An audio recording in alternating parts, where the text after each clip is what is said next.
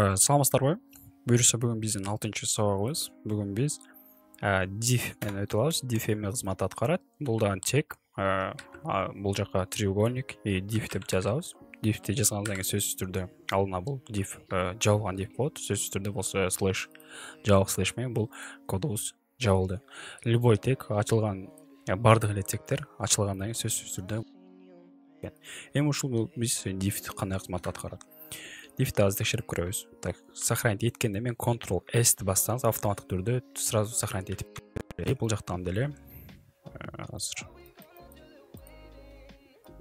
так, файл жерге биз save as менен Ctrl+S save кылабыз. Мен монда көрсөтөм, ушундай көрсөтөт. Ctrl+S бассаңыз чыгат.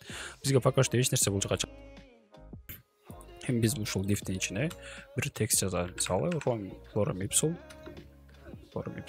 деп көрөбүз. Ctrl+B кылсам мен могул бир жана жабам. Себеби мен муну бара эле иштетпей элем, или мына мен далып жаба турсам болот экен. Бул жака бизге жакшыраак көрүнүшү.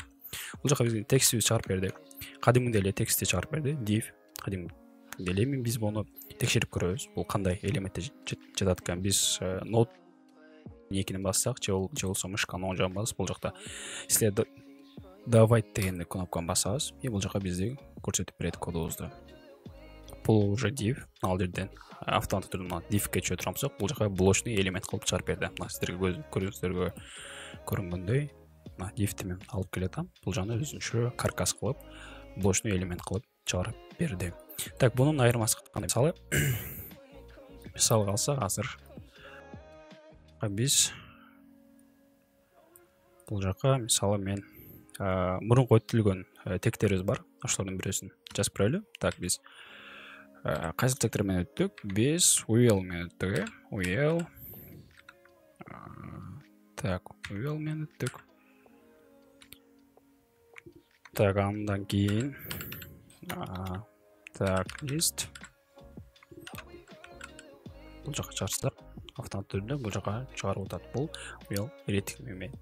Эми ушуга мындан текшерип көрсөк, бул жака мына div'ти көрсөңүздөр, бул азыр де алтат. Мына div'тин ичинде да бул блочный элементибиз. Ошого мына мен эгерде бул жерде div'ке муну тийгизе турсам, бул общий фонго алып кетти. Эгерде мен бул div'тин алдына жаза турсам, мисалы бир тег деп коелу, мисалы h1 менен жөн эле салам дейли. Салам алып бул жактан кодубузду көрө турсак, бул уже мынакей. Бул салам деген алдына мынакей h1 деп турат. Бул уже отдельный бөлүнүп турат. Бул строчный бул. Бул үстүндөгү болгон болсо, бул уже срочный элемент мынакей. Div'тин өзүнө тийгизебиз мынакей. Head body мынакей. Мына div'тин өзүнө мына тийгизе турсам, бул жакта сиздерге жака ушундай блочный болуп атат. Биз кийинчерээк CSS менен өткөндө булар аябай эле керек болот. Бул div'ти сиздер бардыгында колдонсоңуздар болот. Же кийинчерээк тагын бир тегтерди пайдалансаңыздар болот. Div'тин ичинде дагы бир div таанасаңыз болот. Мисалы, азыр биз мурунку өтүлгөн тегтерибиз дагы кандай тег менен өттүк? Биз ошондой эле img менен өттүк. Чтобы сүрөт менен. Сүрөтүбүз бар бул жакта. Андан кийин кайсы тег менен өттүк да? Так, андан кийин ссылка, href. Так, href. Так, href менен өттүк. Андан кийин биз кече таблица өттүк, таблица, table. Бунун ичинде так көрөбүз. Пока что мындай алып көрөбүз эмнеке. Бул жерде тег бар, div бар, div'тин ичинде бул жака алынып кетти. Эми ушул table'дын ичине дагы бул жака дагы бир мына өзүнө дагы div бере турам. Div кылып бере турам. Div'тин ичине дагы бир div берсеңиздер дагы болот. Ал div'тин ичине дагы бир div бере турам болсо, мисалы table дагы чтобы сиздерге каша-маша чыгып кетсин. Так, div чалды. Так, биз бул жерден ката алып алдык, чтобы div'тин ичине дагы бир div берген үчүн. Так. Table, div. Так, текшерип көрөбүз. Бар. Так. Андан кийин биз айта кетчү нерсе, мисалы мен азыр div'ти сиздерге түшүндүрүп берейин дедим эле. Мына тексттин арасына мисалы мен именно мынанын өзүн div кылып ала турган болсом, мисалы мынанын өзүнө div бере турган болсом, мисалы ушунун өзүнө div бере турган болсом, бул кийинки сразу эле абзацтан башталат бул жагы.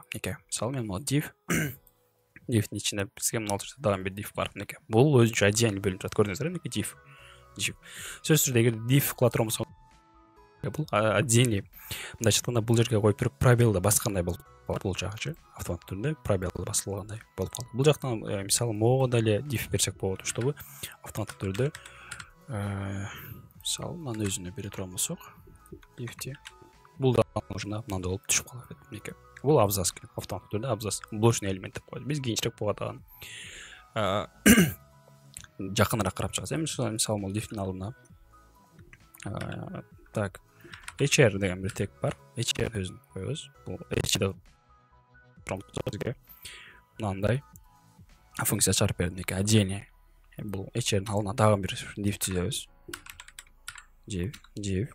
Бул жана дагы эле бир lorem ipsum менен түзүп коелу. Чынайт этебиз. Мынеке бул уже отдельный. Эми кайрадан текшерип көрөбүз. Кайрадан diff көрөбүз.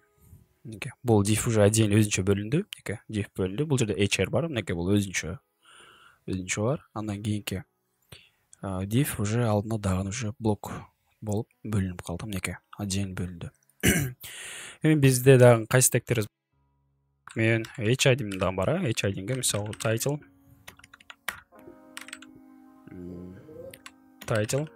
текшерип көрөбүз. Title. Эми ушул title'ды текшеребиз. Так, body. Мына title уже өзүнчө булдан блок болуп бөлүндү. Бирок мына жерде карасаңыздар, бул жерде чоң абзац калып кетти. Ушуларды биз CSS менен текшерип өтөбүз. Так, андан кийинки тегибиз дагы бар. H1, H2 менен дагы бар. Title. Текшерип көрөбүз. Мынеке title уже бул алдына кыскарып кете берет. Бул тегибизди мисалы тег. Так, мынеке H2-дан уже отдельно өзүнчө блок болуп бөлүнүп турат мынеке. Diff'тен сырткары. Бул diff'тер мындай болуп тегисине бөлүнгөн. Эми биз азыр общий эле бир тегке бул diff'тин өзүнө мен CSS-ти кошкон элем. Пока что сиздер CSS менен кошпой тура бериңиздер. Себеби мен просто мынаны азыр кандай форматта чыгарганын сиздерге көрсөтүп берейин. Эгерде буга биз CSS-ти кошо турганбыз, diff'тин өзүнө мисалы мен мынаны өзүнө бердим да diff. Биз ушуну өзүбүз каалагандай кылып өзгөртүп сасак болот экен. Просто бизге diff аябай ыңгайлуу болот. Мен азыр бул жерде diff'тин өзүнө бердим. Мисалы мындай кылып diff'тин өзүнө бере турам. Мисалы биз бул жака бөлүп алдык да diff'терди. Ошого мындай жалаң diff'ке берген үчүн ушуна бөлүп бердим. Мисалы азыр мен бул жерде CSS-теги diff'терди алып салайын. Бир эле diff'ти калтырайлы. Так, примерно. Алып турайын. Пока что HR бар. Андан кийин дагы бир тегибиз бар. Бул параграф. Уже параграфка деле жазсак болот. Аябай ыңгайлуу. P жөн эле тег P бул текст жаза беребиз. Мисалы сохранить эттим. Текшерип көрөбүз. Мынеке бул уже отдельно болуп тег болуп бөлүндү. Эми бул жерде мен diff'терди, кебирки diff'терди алып турайын, чтобы бир эле diff'ти калтырайлы. Чтобы кашасы чыгып калбасын. Так, эми текшерип көрөбүз. Так. Мынеке бул уже diff'тин кызматы мынеке автоматтуу түрдө diff. Андан кийин биз пока что так, body. Сиздер буга көңүл бурбасаңыздар болот. Буну биз кийинчерээк өтүп баштайбыз. Бул CSS, так, border color. Так, border color black. Так, бул өзүнө бир биз бодийска текшербедим. Так, все.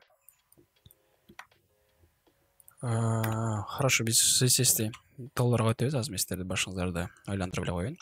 Diff'тин кызматы ушундай болот экен. Эгерде биз CSS кошо турганбыз, ушундай кылып каалаган бир функцияларды diff менен белгилеп алып, ошону бөлүп чыксаңыздар болот экен. Бул жерде аябай көп diff'тер бар. Мисалы, мында кодун карайбыз. Бул жерде diff'терди карап чыгабыз.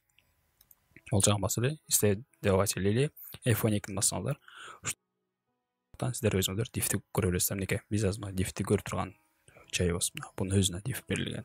Бул жагына болгонбосо, мисалы, бул параграф. Бул өзүнө берилген. Мынеке параграф өзүнө. Мында ортосуна чызык койгонбуз. Бул жөн эле HR деген тег. Мынеке.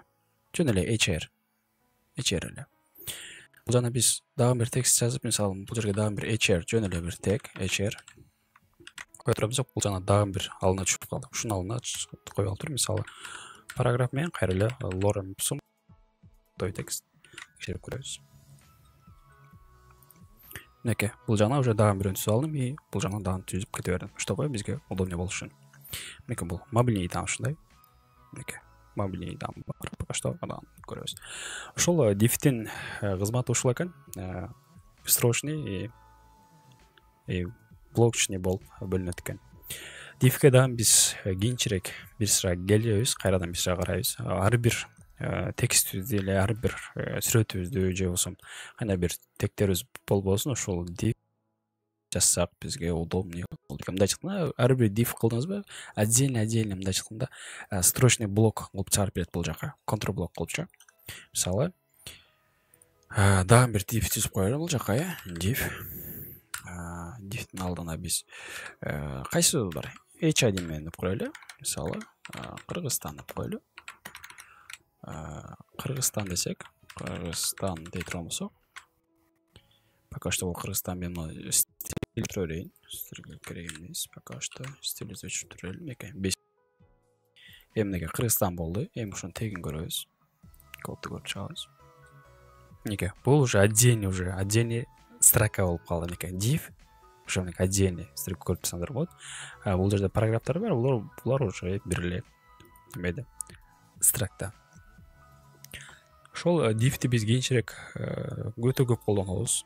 Почти 70-80% 90 diff'ти колдонуп сайттарды түзүп баштайбыз. Ошол diff'ке кичине практика кылып койсоңуздар, өзүңүздөргө ыңгайлуу болот.